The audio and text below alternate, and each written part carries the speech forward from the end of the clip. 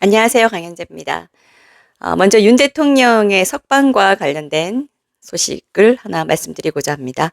윤석열 대통령 측 변호인은 당초 지난 4일에 이 서울중앙지법에 구속 취소를 청구했죠. 여기에 대해서 이 서울중앙지법 형사 25부 재판장 지규현 판사가 윤석열 대통령이 청구한 이 구속 취소에 대한 신문 기일을 오는 2월 20일로 정했습니다.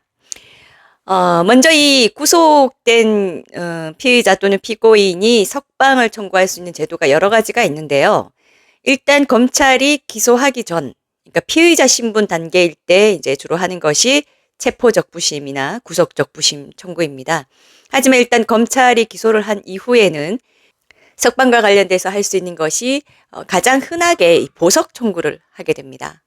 사실 이 구속 취소라는 제도가 있긴 하지만 이 구속 취소 제도는 변호인이 거의 이용하지 않는 편입니다. 왜냐하면 거의 인용되지 않기 때문이죠. 법원에서 들어주지 않는다는 거죠.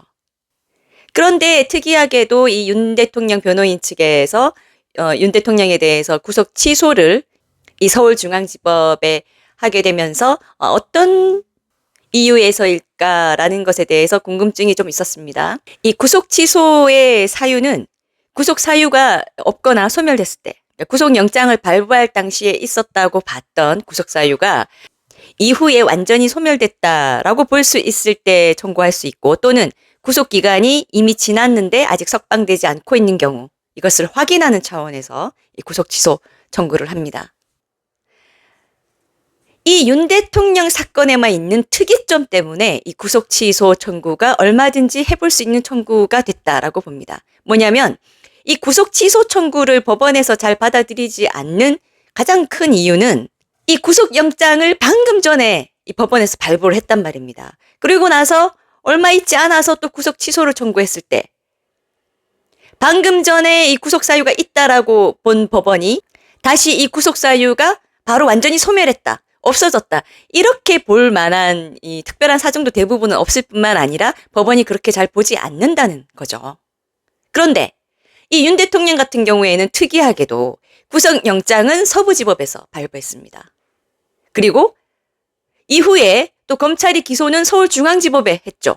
그러면서 서울중앙지법이 관할 법원이 되고, 그리고 이 서울중앙지법에서 지금 윤 대통령의 구속 취소 사유 유무를 판단하게 된 겁니다. 아시다시피 수사 권한도 없는 공수처가 무리하게 수사를 한다고 뛰어들면서, 또 특이하게 애초에 윤 대통령님 사건은 검찰이 중앙지법에 기소할 수밖에 없는 사건인데 마치 사전 내통이 있었던 것처럼 판사 쇼핑을 하듯이 편법적으로 서울 서부지법에 영장 청구를 한 겁니다.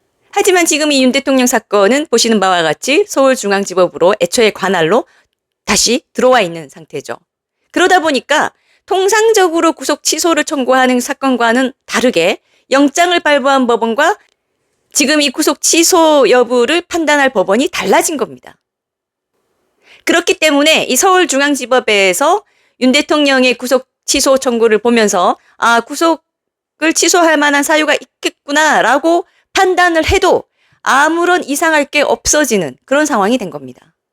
그럼에도 불구하고 애초에 이제 윤 대통령 측에서 구속 취소 청구를 했다라고 했을 때 원래 이 구속 취소가 이제 잘 받아들여지지 않는 제도이다 보니까 과연 이 서울중앙지법에서 물론 법원은 달라졌지만 이 구속 취소에 대해서 얼마나 긍정적으로 볼까 조금은 의문이 들었었는데요. 또 하나의 청신호가 저는 나왔다고 생각합니다. 원래 이 구속 취소 청구가 있으면 7일 이내에 법원에서 특별히 심리 절차를 열지도 않고 가부를 결정하는 편입니다. 그래서 윤 대통령의 이 구속 취소 청구도 7일 이내에 법원이 어떤 결정을 할 줄 알았는데 법원에서 이례적으로 오는 20일에 이 첫 번째 공판 기일이 있는 그날 이 구속 취소 청구에 대해서 신문을 하고 그리고 결정하겠다라고 말한 겁니다.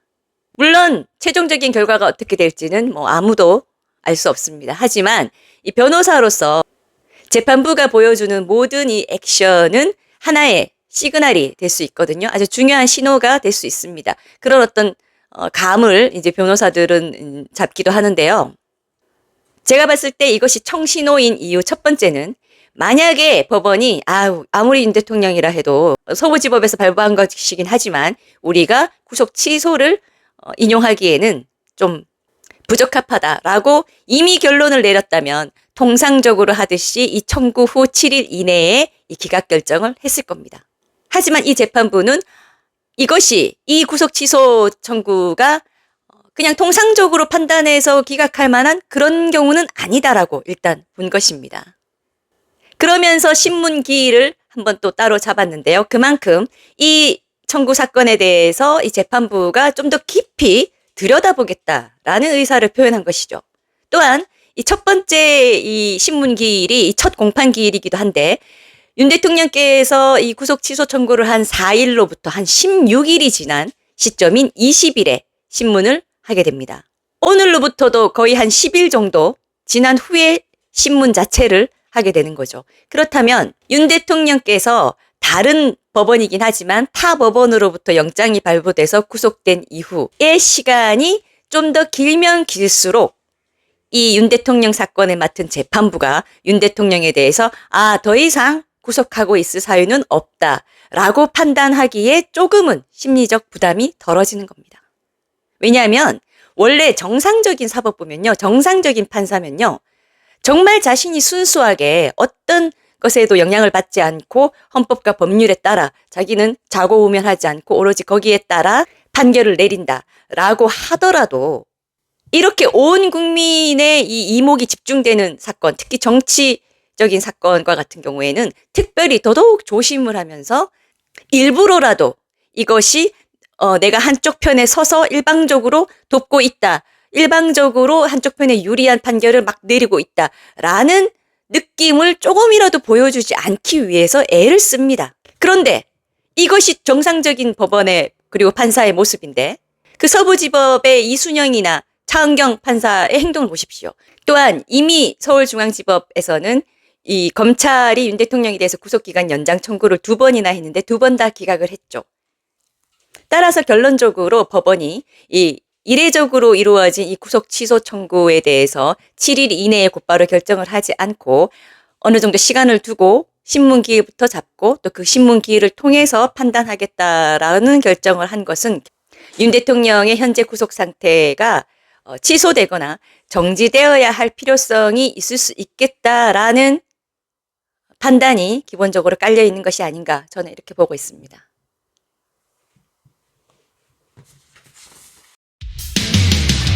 구독과 좋아요 부탁드릴게요. 또 만나요.